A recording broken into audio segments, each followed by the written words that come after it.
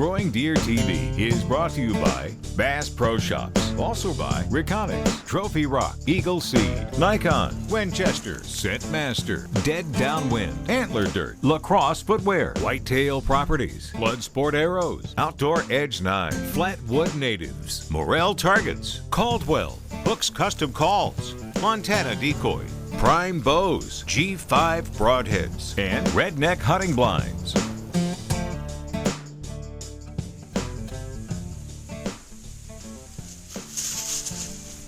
Spring is a very important time of year for wildlife. It's when deer build their nutritional foundation for birthing fawns and bucks for producing antlers. A big part of nutrition for any living organism is trace minerals. We keep trophy rock out year-round here at the Proving Grounds, but we double down and make sure there's plenty available during the spring. I think there's a lot of misconception about trace minerals. Some people worry about all the phosphorus they can get or any one mineral, but that's not the case. All living organisms need a balance of a wide variety of minerals and trace minerals, those they need in a smaller amount. I always go back to an old German scientist called the father of modern fertilizer, Liebig. Liebig's law of the minimum, which basically says it doesn't matter how many elements or trace minerals you have. If one is missing, the organism can only perform to the height of that one that's the lowest level. In other words, if you had a cup and you drilled a hole right here, no matter how much water you put in, it's going to drain out at that hole. And that's the lowest level of the missing element. Trophy rock has more than 60 different trace minerals, more than any natural product I'm aware of. Mined in Utah, it's certainly an important part of our deer management program.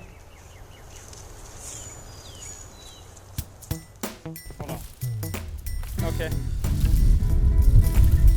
With the break between the Florida turkey season and time to chase turkeys here in the Midwest, the guys went out and started creating a new hidey-hole food plot for deer season this fall.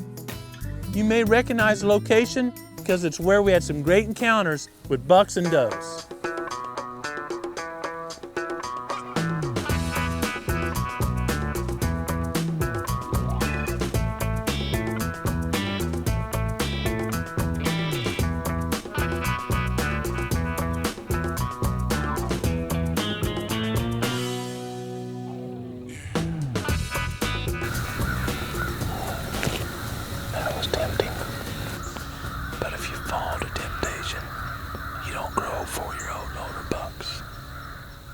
We're here on the edge of one of our bedding areas.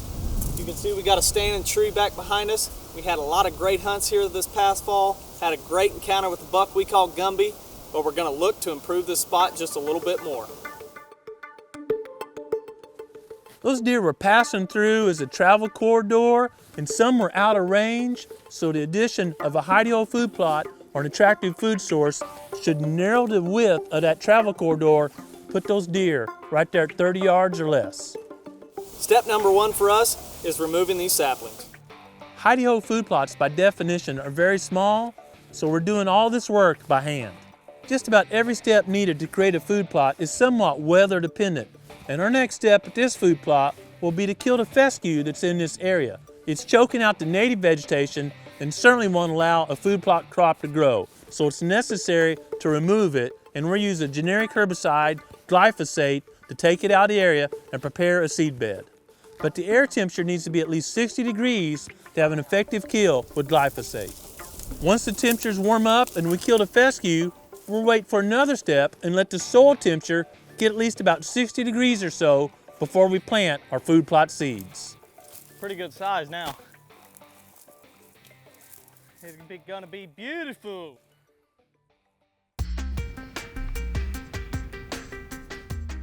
It's the last of March and here it is snowing and sleeting. It's been a cold winter and the woods have not greened up yet. When you're in a hardwood area, you can about bet all the acorns are gone by this time of year. If it wasn't for food plots, our deer would be very hungry. That's why when you're planting a food plot blend, it's critical to have plants in there that are attractive to deer during the early season, mid-season, and late winter. This was Eagle's broadside blend, and the deer ate radishes as soon as they came up, also had soybeans in there. Then it went to wheat and brassicas and back to wheat again. And we can see this young tender wheat coming up, and a lot of the tops are squared off where deer have been tearing them off. Not only has this blend provided great nutrition for deer and other forms of wildlife, it's helping us build the soil.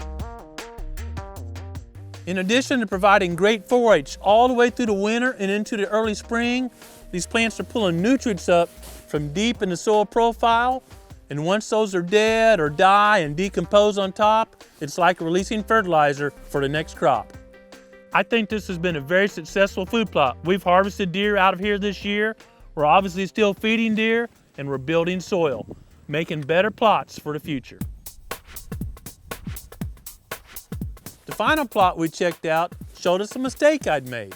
This weedy line right here is where we had a hot zone electric fence, so no 4-H growing and the weeds have come up. We had to keep it clear so the 4-H or weeds wouldn't short out the fence.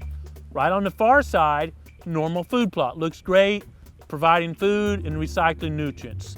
And to this side is a stand of eagle seed beans that were protected by the fence.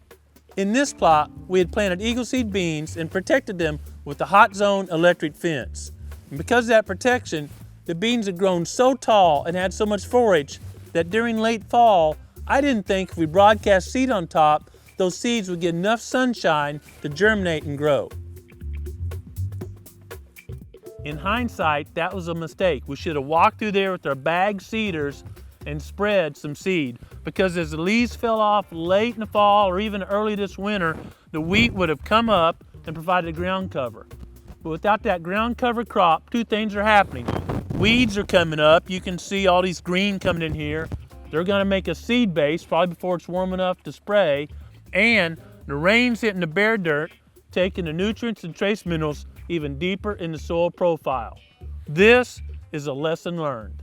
This was a success in a different way, in that once we took the fence down, deer poured in here and removed all the pods. They still would have done that, and we could have had a layer of wheat below it, avoiding the weed competition if I'd have simply broadcast some seed over the top of the 4-H. The take-home message: if you're gonna leave standing beans, even though they got leaves into the late fall, go ahead and walk through there and broadcast some seed. That way, come late winter, early spring, you have 4-H growing, and that will prevent the weed competition and provide food. Even during these cold days, spring's a great time to get outside and enjoy creation. But most importantly, take time every day to be quiet and listen to what the Creator is saying to you. Thanks for watching GrowingDeer.tv.